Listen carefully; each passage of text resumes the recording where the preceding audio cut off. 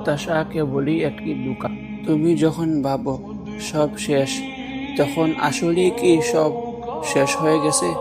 না, আসলেই কিছুই শেষ হয়নি।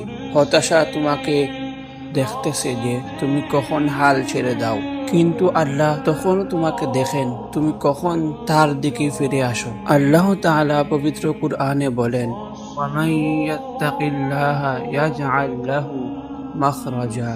যে আল্লাহকে ভয় করে, আল্লাহ তার জন্য পথ বের করে দেন।